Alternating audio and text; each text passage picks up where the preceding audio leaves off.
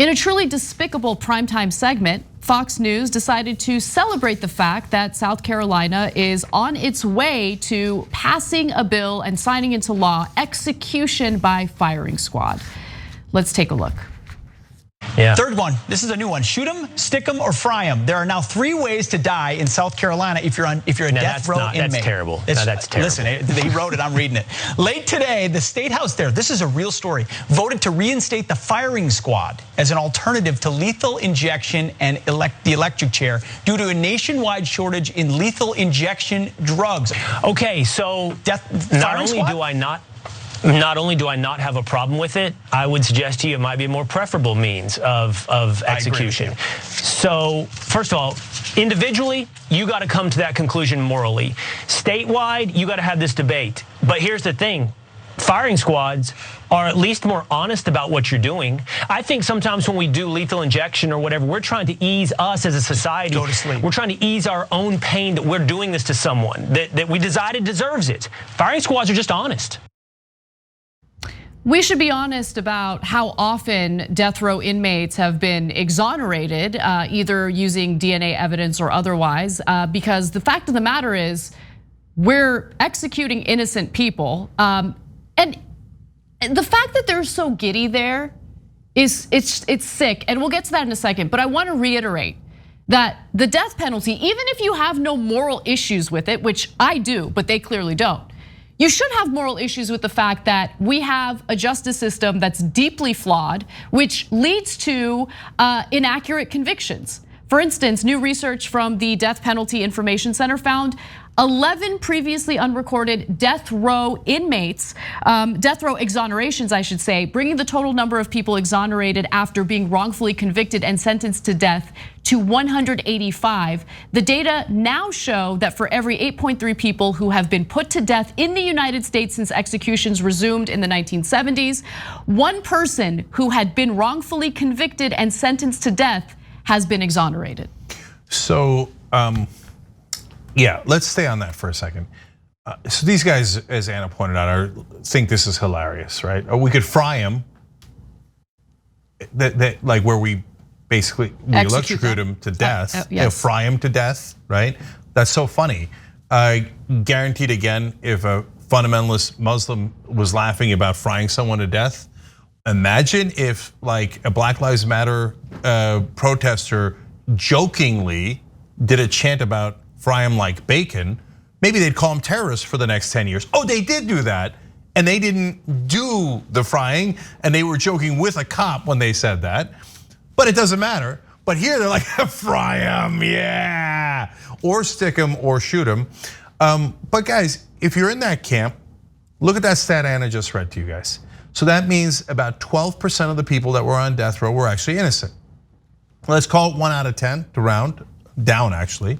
So imagine that you're in favor of the death penalty and like the Republicans of South Carolina. You say, yeah, let's do firing squad, who cares? Then you line up 10 people who are on death row.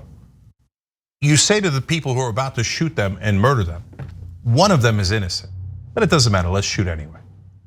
And I'm asking you guys, whether you're left wing, right wing, etc. I'm left wing, I'm pretty sure, but really, if you're independent or right wing, I'm asking you, if you got 10 people who are lined up, 9 of them are guilty and 1 of them is innocent, and you know that based on the numbers, would you shoot anyway?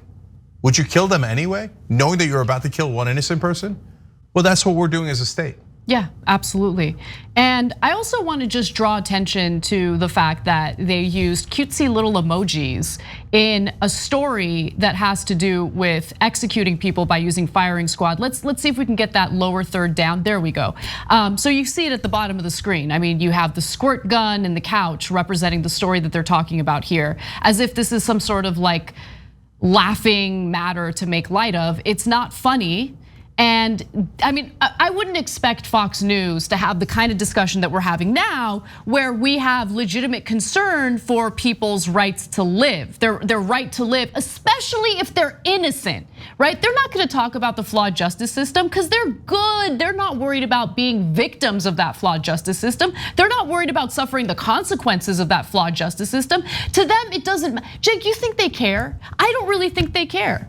I think if we came to them with this argument right now, they would not change their opinion at all, because this is what conservatism in America is. It's the same tough on crime nonsense ideology that has created more criminals in this country than we needed to have. Where you take nonviolent people, put them in prison where they become hardened criminals, where recidivism is higher in the United States than in any other country in the world, where we literally imprison more people than any country in the world. Are Americans inherently more violent? Is that why that's happening? Or is it because the justice system that those goons advocate for turns all sorts of innocent people into hardened criminals that in their eyes, in some cases, deserve to be shot in the head to be executed? That's who they are. Absolutely disgusting. And by the way, what a moron.